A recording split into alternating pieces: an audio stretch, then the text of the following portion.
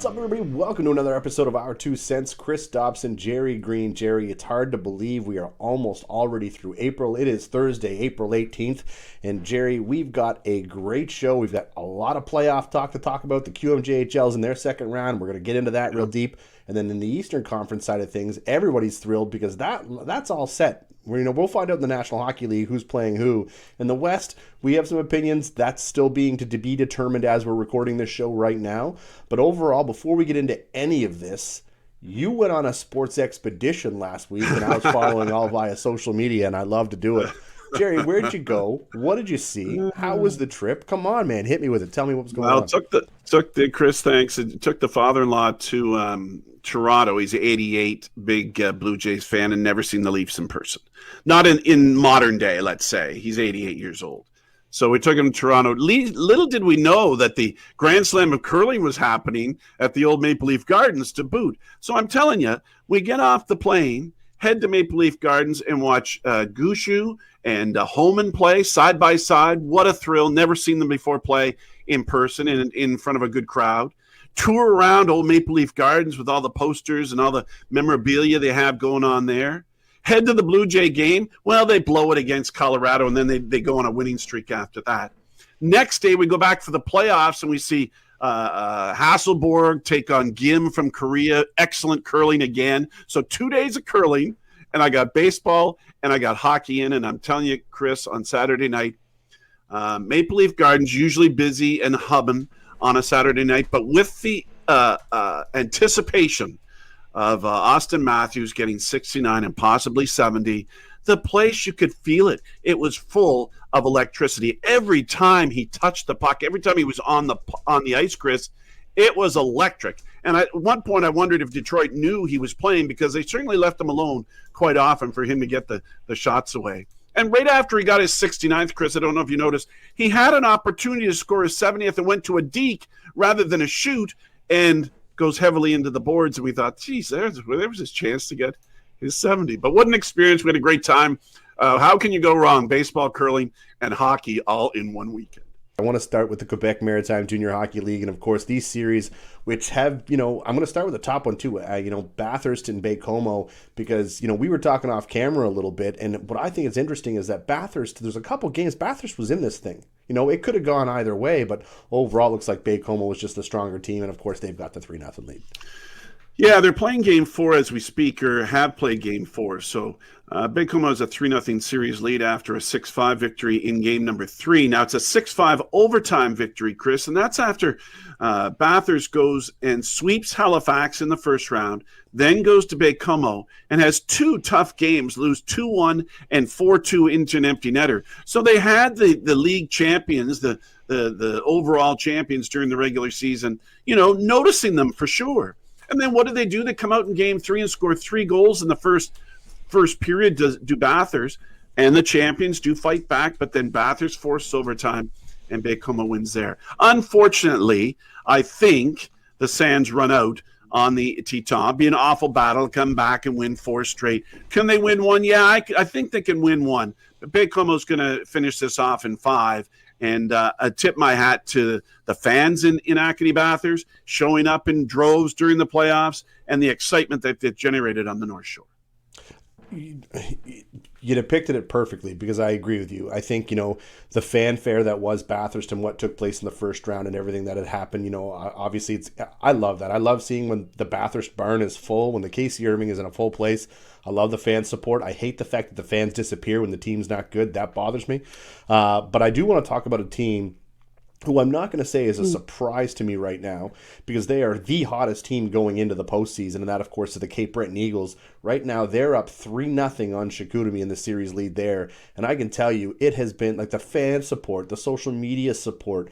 I see Pat McNeil all over the internet, and you're starting to see everybody in the Maritimes, and I think once Bathurst gets eliminated, it is going to become Cape Breton versus the rest of Quebec, and I think that you're going to see everybody jump on board. And how happy are you for the Cape Breton Eagles right now? And I mean, again, they're no slouch. You got to absolutely love what's happening there right now. And I mean, do you think they can get this thing done? How deep can this team go? Well, to say they came out of nowhere, they were certainly inconspicuous during the regular season, and they do go on. Started off crap in the first part of the season. Right. and then go on a run late in the season while they're out of their rink. We've talked about this with the World Women's Curling Championships being taken part in Sydney. They had to finish the schedule on the road, of which they won 7 in a row. I think it was 7 in a row. And now here in the playoffs, they're 7-1. They lost 1 game to Rimouski when they took them in 5 games, and now they're up 3-0 on Chicoutimi. Have outscored them, Chris, 11-2. But here, let's talk about somebody we probably don't know much about. We know Cam Squires is leading them in scoring and in leadership in general. But Nicholas Ruscia is in the nets. See, I can't even say his name right because I've never heard his name pronounced for me before. He's 7-1, goals against of 1.76, Chris, and a save percentage of .935. As I've said many times, defense wins championships. Goaltending in hockey can win you some championships, but I think overall the whole team is playing well. It just doesn't come down to goaltending. I've looked at the stats, Chris. Cape Breton's out shooting out playing teams, and they've gone along here 7-1 in the playoffs. And again, like you said, they didn't come out of nowhere because I do agree with you that it seemed to me like right around, the Christmas break when things started to pick up, and I was having a good chat with our buddies Adam and Jeremy of the Wildcast podcast about specifically Moncton, because for some reason Cape Breton became their kryptonite right after Christmas and kind of led the way at that point. Yes. But overall, again, fired up for what's happening in Cape Breton. Now, the series that's interesting to me right now is Rouyn-Noranda and Victoriaville. And I mean, I don't want to say do we see an upset in the making, because again, it's a 2-1 series right now. But overall, is this something, could they be shocked here? Could we see an upset?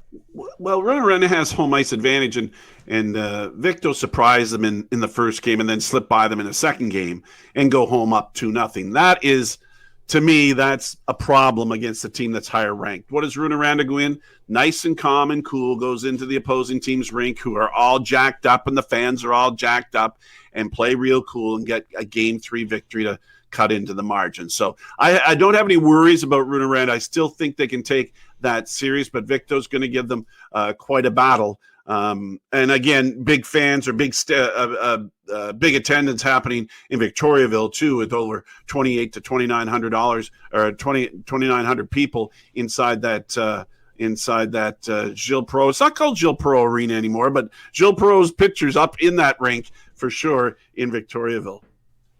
And the last series, of course, we've got to talk about Drummondville-Sherbrooke. This won't be a long conversation because, honestly, there is no surprise here. Every game has been pretty lopsided. I think, it's a 3-0 series lead right now for Drummondville. But the games have been very lopsided. 5-2 wins on the first two and then a 7-1 win in the third game. I think this will be over in 4.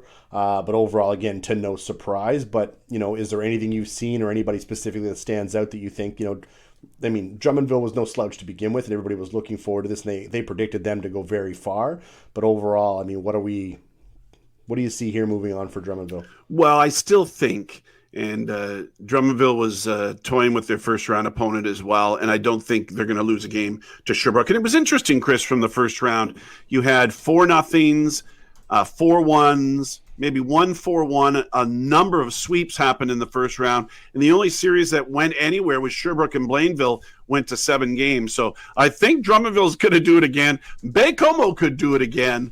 And that would set up those two who I think are going to make it to the final anyways. But Cape Breton might have a say in that, and Rouyn-Noranda might have a say at that. Those are my final 4. If you're asking me, that's what they are. But the other interesting news I noticed this week, Chris, is some firings in the Maritime Division, or letting go, or moving on. I mean, Daniel Lacroix, his contract was coming to an end, and maybe it was time.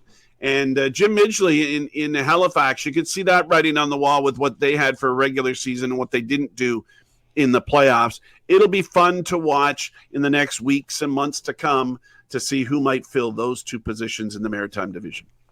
Specifically speaking about coaches, you're right. And, the one that doesn't shock me, of course, is Dan Lacroix. Like you said, his contract was up anyway, and it looked as if, and you hear the rumblings around Moncton. I mean, every time I'm around anybody, there's talks about why is Dan Lacroix still here. The question I have is next season, Moncton is in a go-for-it year where they're looking to kick down the front door as the Memorial Cup is being hosted this year in Rimouski, and next year in Rimouski.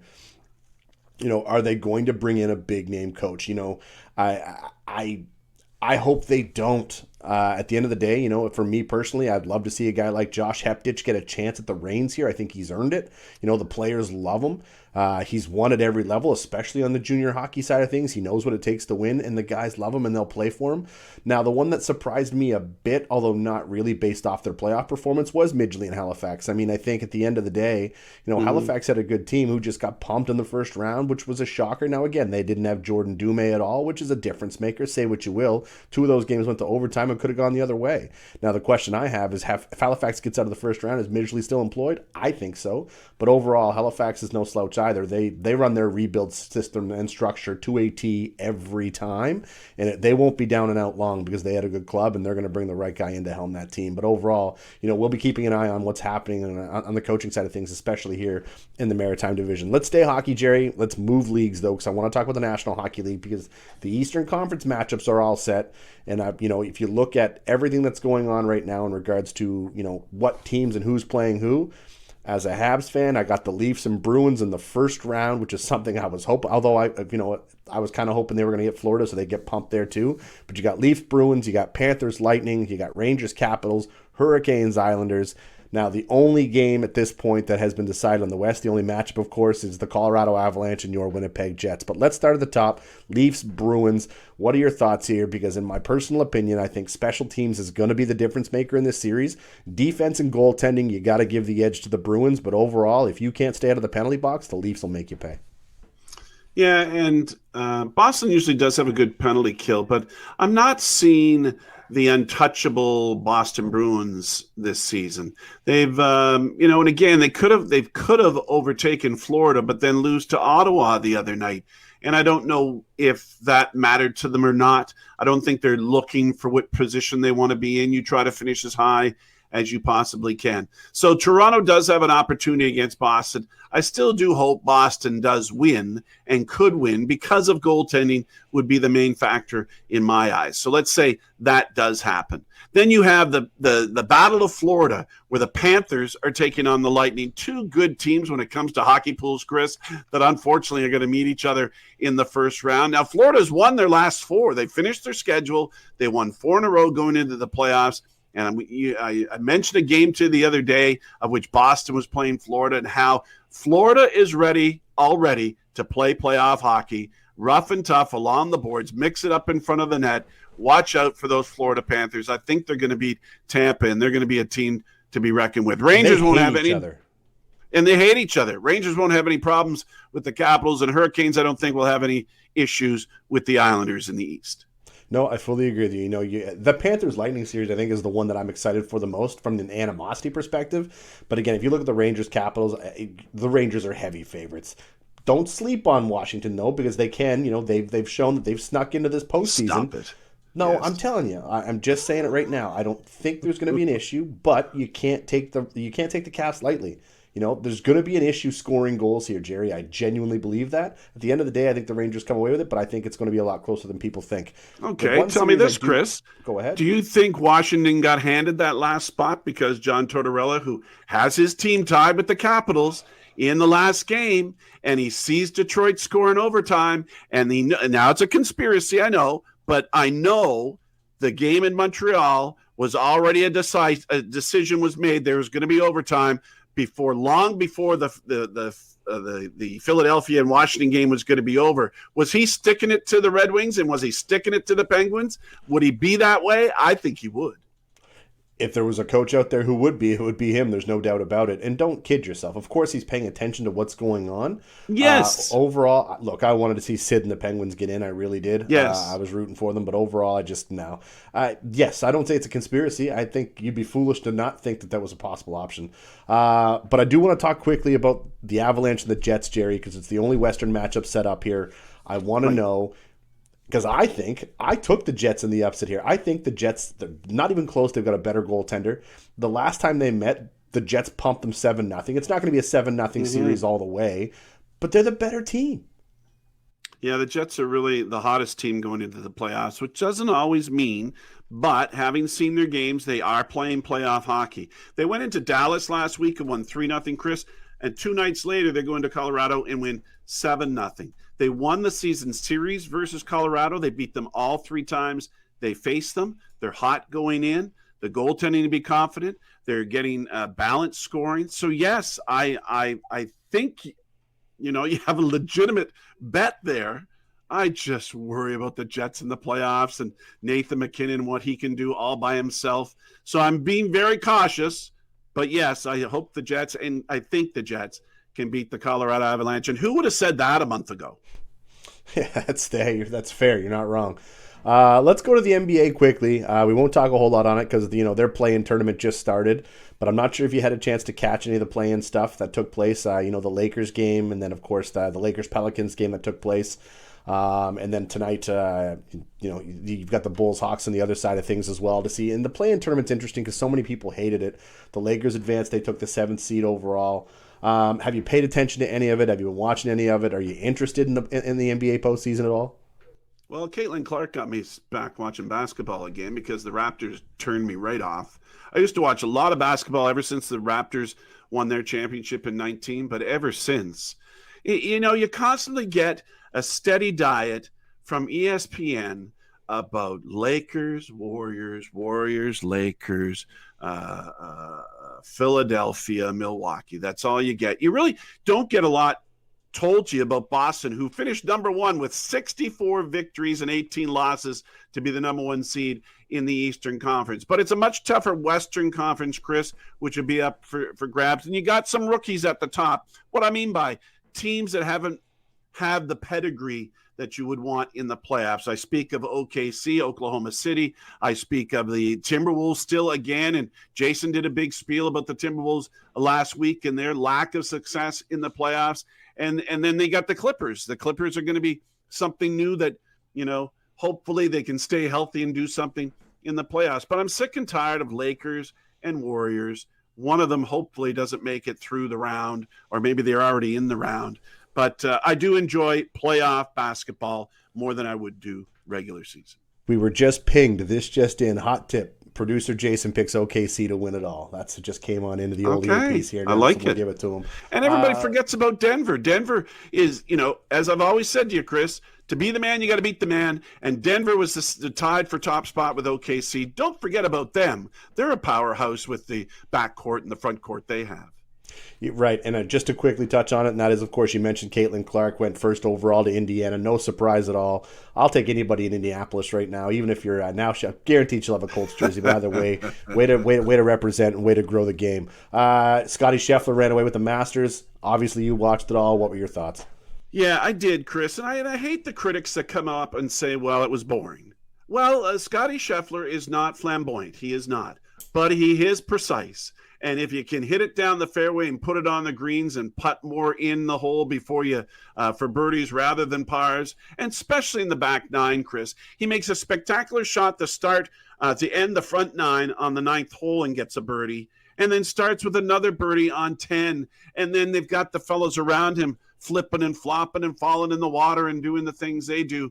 But they questioned whether or not Scotty Scheffler is really the number 1. Well, you had everybody from Live there, and what did they do? The top finisher was DeChambeau, and DeChambeau finished tied for second at -2. Scheffler won by 4, and he was -11, and full credit for him. Tiger finished at +16, Chris, we know that. But here you had the defending champ, and Koepka finished at +9. The weather was horrible, but who withstands all the wind and the rain and anything else that went on with it? Scheffler still stands there at the end, expecting father. Imagine that on your mind, trying to play the final round of the Masters. Absolutely love it. Wonderful throw, Gerry. Glad you love the Masters. What a great show this has been, but it's time. It's time for the Atlantic Scene with Gerry Green. Hit me with it. Thanks, Chris. 2 major subjects covering the Atlantic Scene this week. And one of them is happening in Summerside and Miramichi. What is happening is the MHL final has been set. And it's the Summerside Western Capitals up against the Miramichi Timberwolves. Capitals get there by winning a Game 6 victory in Amherst to finally eliminate the Ramblers in 6 games, while the Miramichi Timberwolves have been the surprise of the playoffs, swept the Edmundston Blizzard. The Blizzard had been a thorn in the paw of the Timberwolves for the last 2 playoff series of 2 years, or 2.5 years, or 3 years rather. They're 2 series that they played against each other. and they slay the Dragon with a 4-0 sweep of the Edmonton Blizzards. So now here in the playoffs, Timberwolves beat two very potent teams in the West Coast Steamers and the Edmonton Blizzard, who both finished ahead of the Miramichi Timberwolves, and they do so in 9 games, beating the Steamers 4-1 and the Blizzard 4-0. So it's going to be a very interesting final, of which Summerside has been there quite often. Miramichi hasn't been there since 2017. And when Miramichi did get to the final versus Truro in 2017, they beat Summerside in 4 straight in the Northern Final. So the final is supposed to get underway on Saturday in Summerside, and then Monday in Miramichi for game number 2. It's a best of 7 to see who goes to the Centennial Cup. Speaking of cups, the TELUS Cup is in Atlantic Canada this weekend, and it happens at Membrane 2, Nova Scotia. And it happens at the Membrane 2 Sportsplex, which is a beautiful facility. It's being hosted by the Sydney Rush, who play out of Sydney, Nova Scotia in the U18 major league provincials in Nova Scotia. They're going to be there, as well as the Kensington Wild are going to be representing Atlantic Canada. You're going to have teams from all over the country, rather. I'm trying to spit this out. That'll be this weekend in Membrane 2 for the TELUS Cup, being hosted by the Sydney Rush. That's your Atlantic scene. Now, Chris, give us your 2 cents. Well, first of all, great coverage, Gerry. But as far as my 2 cents goes, there's 2 things I want to talk about, and that is, 1, we are going to talk about baseball, Major League Baseball, and more specifically, we're going to talk about pitchers and elbow injuries, because this is off the charts. In a recent 48-hour period, Yuri Perez, Shane Bieber, and Spencer Strider, the best young pitcher in baseball, the 2020 American League Cy Young winner, and the game's current strikeout king, respectively, all went down with damaged elbows. Now, if the list, the list of players already recovering, don't forget yourself too, Gerry, is that, from construction, MVP Shohei Ohtani, Cy Young winners Jacob deGrom, Sandy Alcantara, Robbie Ray, Shane McClanahan, Walter Buehler, Lucas Giolito, I'm just trying to go through the list here. Felix Bautista, there's so many. Dustin May, Andrew Painter, Shane Baz. Look, if you don't think for 2 seconds that there's a correlation between all of these elbow injuries coming through and the pitch clock, I know a lot of people are saying, look, the union is already saying the pitch clock has not come into play here.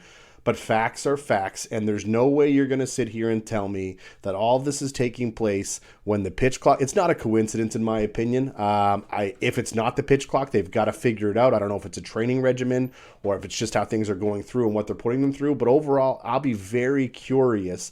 But I think an investigation needs to take place right now, and you can't just brush this under the rug, Gerry. I have to think that Major League Baseball has a pitching problem. I love the pitch clock. You love the pitch clock. We talked about it.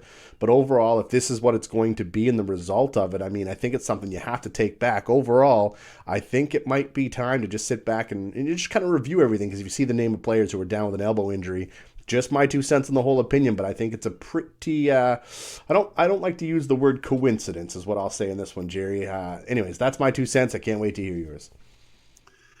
Chris, my 2 cents this week revolves around coaching, and not how teams are coached and why.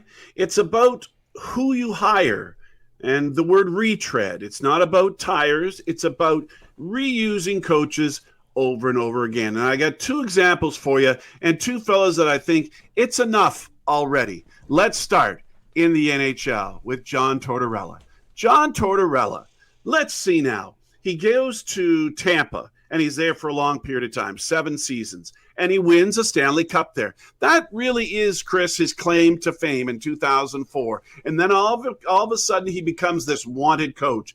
He goes to the New York Rangers for 5 years and really doesn't do a whole lot there. And all he does is get in fights with reporter. Hey, Brooksy, you better not stay here then. You might as well go. And his tenacious little way. That's where that starts to develop. He goes to Vancouver for 1 year. You remember what happened in Vancouver? Charging the Calgary dressing room one night. That got him shipped out of Vancouver. 5 seasons with Columbus, and Columbus didn't go anywhere. I think he benched Line when he was there.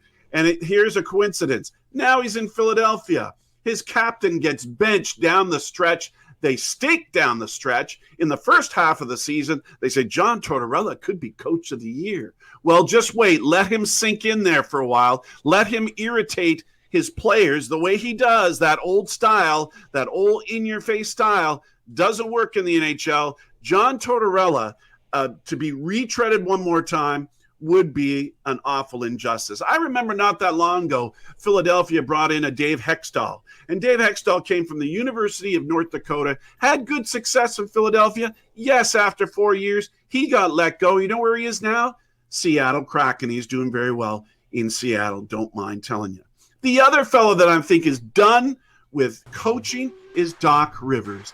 Here you are in a situation in Milwaukee, a fellow that I liked in Adrian Griffin, who was an assistant coach with the Raptors, gets them off on the right foot at 30-13, but all of a sudden things don't seem to be right. Is it Damian Lillard? Is he want him out? Damian Lillard arrives in Milwaukee, and all of a sudden things kind of get a little bit shaky. You know, Giannis, did Giannis want him out? Whatever the case, what do? They bring in Doc Rivers. What has Doc Rivers done? Well, he's been around 9 years in Boston, where he won a championship in 2008. I'll give you that. Similar to Tortorella, won one championship.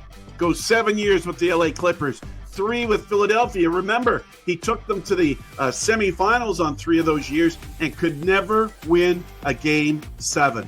Toronto proved that to them against as well. And now he's in Milwaukee. What does he do this year? As he's been flown in with this sort of philosophy that's going to make the Milwaukee Bucks better. They go 17-19 and stink down the stretch. They go 2 for 8 or 2 for 10 or 2 and 8 in the last 10 and barely make the playoffs. And who knows if they're going to make any way in the playoffs. They're going to stumble and go. So here you got a couple of retreads that I'm tired of looking at. Doc Rivers, if you need somebody, call Doc.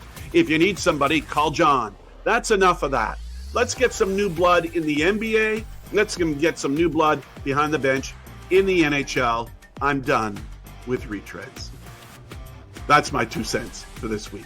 For Chris, I'm Gerry. Thanks for watching. Hope you join us next week.